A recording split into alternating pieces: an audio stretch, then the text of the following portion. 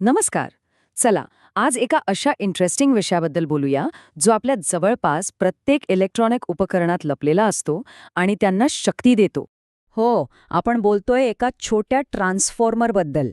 आणि आज आपण फक्त त्याच्याबद्दल बोलणार नाही, तर तो अगदी स्क्रॅचपासून म्हणजे सुरुवातीपासून कसा बनवतात हे पाहणार आहोत.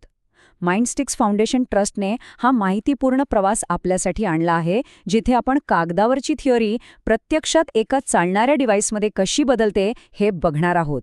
चला तर मग सुरू करूया. आपल्या सगळ्यांना माहिती आहे की ट्रान्सफॉर्मरचं काम व्होल्टेज कमी जास्त करणं आहे. हे तर सोपं आहे. पण कधी विचार केलाय का की हा साधा दिसणारा ट्रान्सफॉर्मर नक्की बनतो कसा? म्हणजे तारेच्या एका गुंडाळीपासून ते एका परफेक्ट काम करणाऱ्या उपकरणापर्यंत त्याचा प्रवास कसा असतो? चला, आज हेच कोडं सोडवूया. तर कोणत्याही ट्रान्सफॉर्मरचं हृदय म्हणजे त्याचा जीव असतो, तो त्याचा कोर. आता इथे जे ई अँड आय किंवा एफ अँड एफ सारखे आकार दिसतात ना, ते फक्त धातूचे तुकडे नाहीत. नाही, हे तर संपूर्ण प्रोजेक्टचा पाया आहेत. कारण विचार करा, जर पायाच चुकीचा निवडला तर मग पुढे केलेली सगळी मेहनत, सगळी गणितं, सगळं काही वाया जाईल नाही का? आणि म्हणूनच कोणतंही काम सुरू करण्याआधी आपल्याला एक पक्की योजना, एक ब्लूप्रिंट लागते. तर आपण आता वळतोय आपल्या पहिल्या आणि सगळ्यात महत्त्वाच्या स्टेपकडे, आपल्या ट्रान्सफॉर्मरची ब्लूप्रिंट बनवण्याकडे. ओके, सुरुवातीला हे सगळं जरा किचकट वाटू शकतं, पण काळजी नसावी. आपण याला 4 सोप्या पायऱ्यांमध्ये तोडूया. सगळ्यात आधी आपल्याला कोणता कोअर वापरायचा आहे आणि त्याचा आकार काय असेल हे ठरवायचं. मग आपल्याला इनपुट आणि आउटपुट व्होल्टेज किती हवंय हे फिक्स करायचं.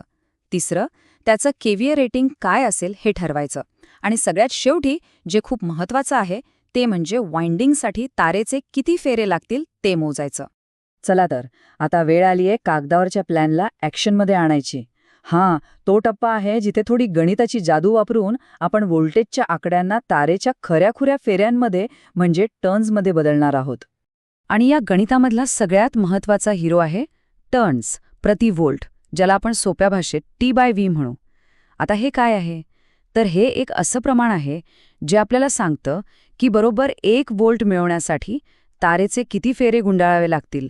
एकदा का हा आकडा सापडला ना, की पुढची सगळी गणितं एकदम सोपी होऊन जातात. ठीक आहे, मग हा टीव्हीचा आकडा येतो कुठून? तो येतो या फॉर्म्युलामधून. आता हे सूत्र बघून घाबरू नका.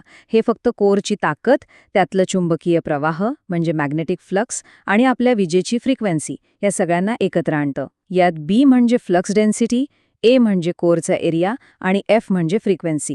थोडक्यात काय, तर हेच आपल्या सगळ्या कॅल्क्युलेशनचं इंजिन आहे.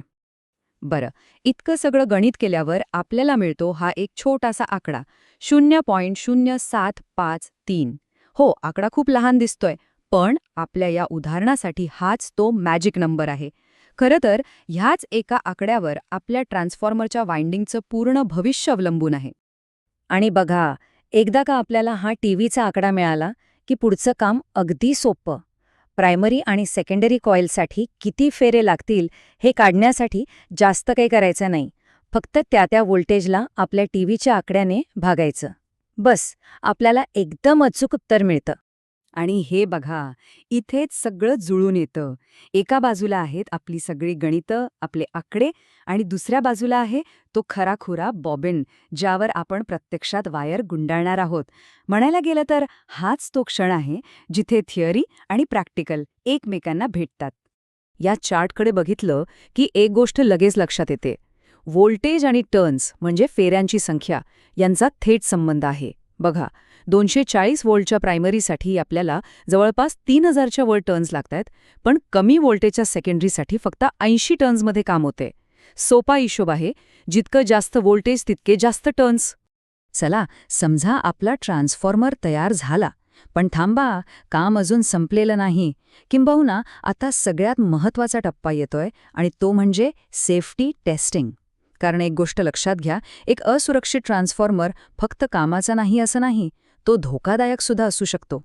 याच्यासाठी मुख्य 2 टेस्ट आहेत. पहिली, ओपन सर्किट टेस्ट. हे कसं आहे माहिती आहे? जसं गाडी चालू आहे पण न्यूट्रल गिअरमध्ये आहे, आणि तरीही थोडं पेट्रोल जळतंच.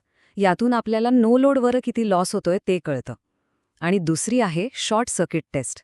म्हणजे गाडी पूर्ण ताकदीने धावत असताना इंजिनवर किती लोड येतोय हे तपासण्यासारखं.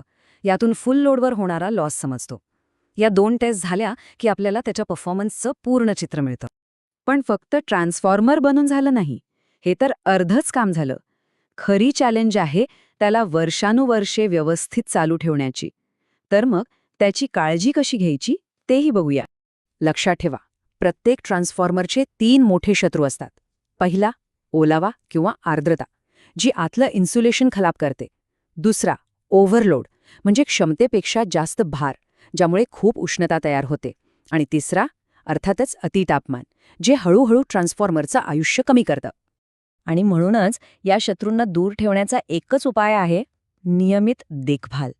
हे जे वेळापत्रक दिसतंय ते आपल्याला एक सोपा मार्ग दाखवतं. मग ती रोजची एक छोटीशी तपासणी असो किंवा दर 2 वर्षांनी होणारी मोठी तपासणी, प्रत्येक गोष्ट त्याचं आयुष्य वाढवण्यासाठी खूप महत्वाची आहे. ठीक आहे, आतापर्यंत आपण बरीच थिअरी समजून घेतली, पण खरी मजा तर तेव्हाच येते जेव्हा आपण हे सगळं ज्ञान प्रत्यक्षात वापरून बघतो. चला तर मग, आता वेळ आहे हे सगळं करून बघण्याची. आणि कोणताही प्रोजेक्ट यशस्वी करायचा असेल तर ह्या 5 पायऱ्या फॉलो करणं उत्तम. पहिलं, आपलं ध्येय काय आहे ते नक्की करा. दुसरं, कामाचं व्यवस्थित प्लॅनिंग करा. तिसरं, योग्य साधने आणि साहित्य निवडा. चौथं, प्लॅननुसार काम करा. आणि 5वं आणि सगळ्यात महत्त्वाचं, जे काही बनवलंय त्याची चाचणी घ्या आणि निकाल लिहून ठेवा. आणि एक गोष्ट नेहमी लक्षात ठेवायला हवी, या सगळ्या प्रोजेक्टचा खरा उद्देश फक्त एक वस्तू बनवणं नाहीये. नाही, खरा उद्देश आहे त्यामागे असलेली तत्त्व, त्यामागचं सायन्स समजून घेणं. कारण शिकणं आणि ज्ञान मिळवणं हे जास्त महत्वाचं आहे. तर मग हे सगळं ज्ञान आता आपल्याकडे आहे. आता खरा प्रश्न हा आहे की या ज्ञानाचा वापर करून आपण काय पॉवर अप करणार आहोत? एखादा नवीन शोध, एखादा छंद, की फक्त आपली शिकण्याची आवड? शक्यता तर अमर्याद आहेत.